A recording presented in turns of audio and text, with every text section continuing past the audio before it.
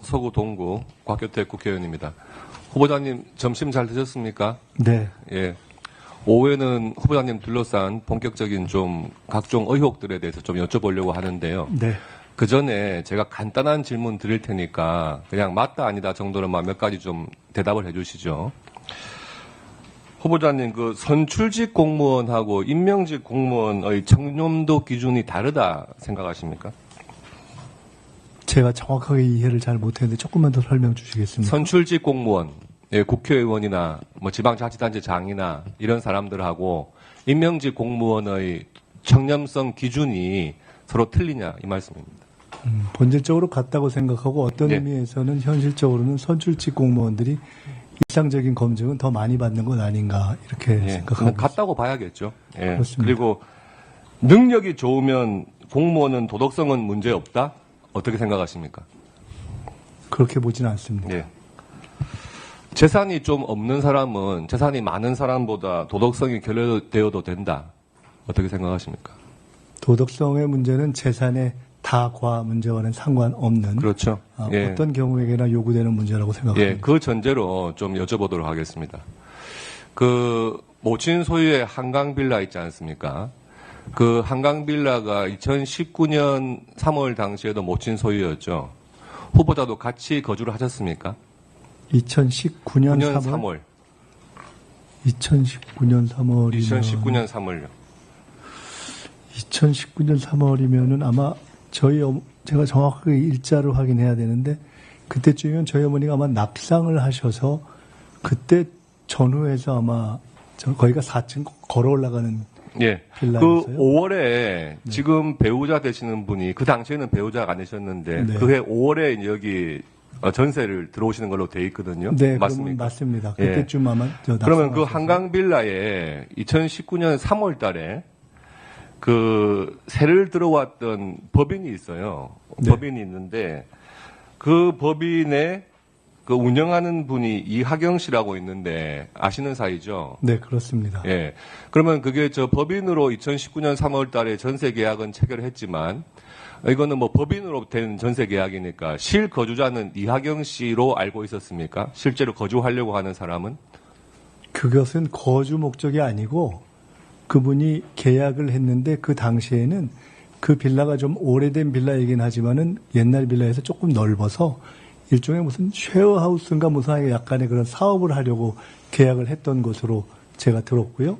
그랬다가 그것이 그 집이 좀 낡고 수리비도 많이 들고 해서 적당치 않다라고 판단하는 본인의 판단과 마침 그때 제가 결혼하기 전에 지금 저희 아내가 그 경기도에서 서울로 와야 되는데 사실은 길고양이를 좀 많이 이렇게 거둬서 고양이가 좀 이렇게 있어야 되는 공간이 넓은 그 집이 좀 방이 많습니다.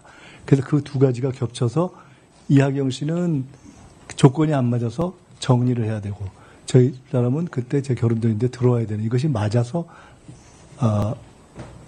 예. 바뀐 것으로. 어제 이거 슬라이드 좀 띄워주시죠. 어제 한 언론사의 보도에 그 2019년 3월, 5월 그 무렵에 그 모친 소유의 한강빌라 말씀하신 그 제일 위층 거기에 인테리어 공사가 진행됐다 이렇게 보도가 됐는데 그 내용 보셨습니까?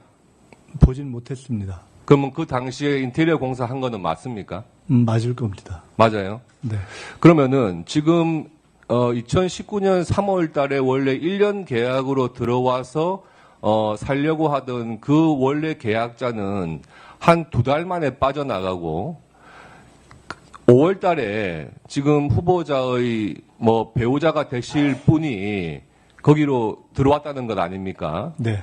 그리고 한 1년 뒤에는 지금의 장모님이 또 이렇게 임차를 해요. 그러면은 2달 만에 계약 해지를 하고 배우자가 임차를 하시고 1년 뒤에는 또 장모님이 임차를 한단 말이에요. 그런데 지금 후보자께서 내신 자료에는 이 이산지로부터 어떤 그 2억이라고 하는 전세 보증금이 과연 입금됐었는지 또 그것을 배우자가 들어오실 때 이산지의 2억 원을 반환을 했는지 그리고 배우자께서 그 어머님한테 정당한 2억 5천만 원의 임차 보증금을 제공을 했는지 그런 계좌 내역은 전혀 지금 뭐 제출이 안 되고 있는 상태란 말이에요.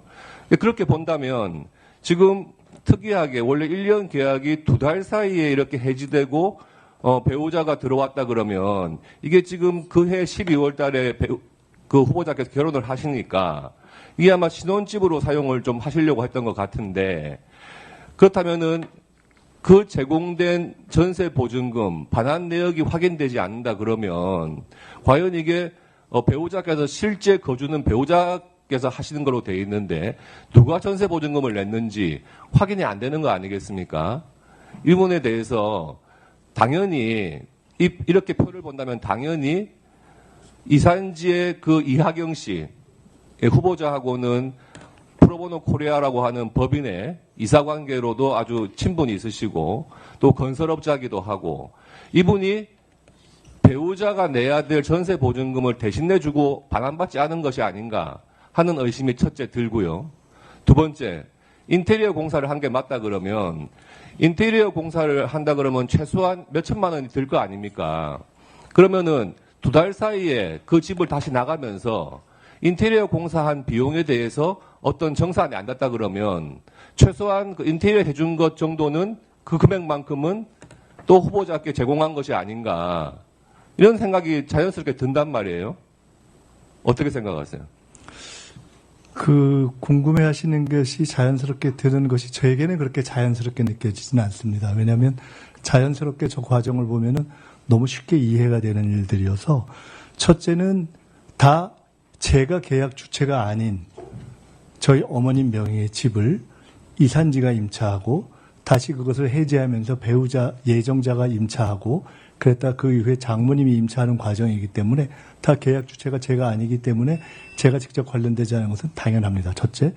두 번째로 각각 계약 주체가 전환되는 이유도 대단히 당연합니다.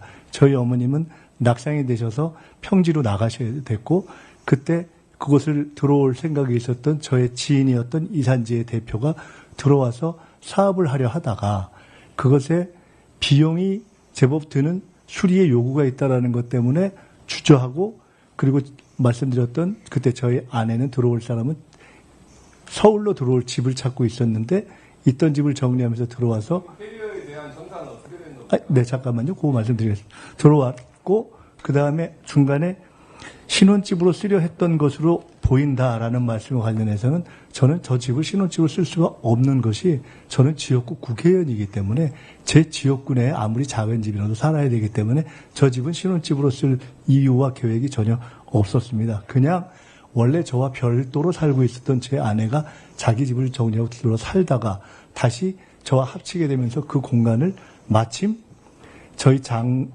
어른이 병원에 가게 되셔서 병원을 왔다 갔다 해야 되는 수요가 있으셨던 저희 장모님이 들어오셨던 것이고 인테리어는 아주 쉬운 것이 아까 제가 이미 말씀드렸듯이 제법 낡은 집이었기 때문에 그 인테리어 당연히 수요가 있었는데 그 인테리어를 한 것입니다. 아마도 제가 볼 때는 그 인테리어를 한 일정한 액수가 그 이후에 한편으로는 인테리어 비용으로 반영되고 한편으로는 시가에 반영돼서 금액이 올라가지 않았나 이렇게 생각이 되고 종합적으로 각각의 전환의 과정과 인테리어에 들어간 것에 그 돈이 사라져서 누구에게 갈 여유가 없는 돈 아닙니까?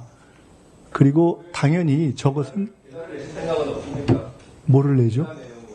아니 계좌를 저것은 저와 관련된 계좌들이 전혀 아니어서 아까 똑같이 말씀드렸지만은 그 이전에 계셨던 다른 그 한덕수 총리를 포함한 다른 분들의 아니 제가 알고 있지 않은 내용인데 그것을 왜 동의를 해야 되는지 그것은 혹시 과거의 전례를 들어서 말씀을 해주시면 과거의 전례를 들어서 답변 드리도록 하겠습니다.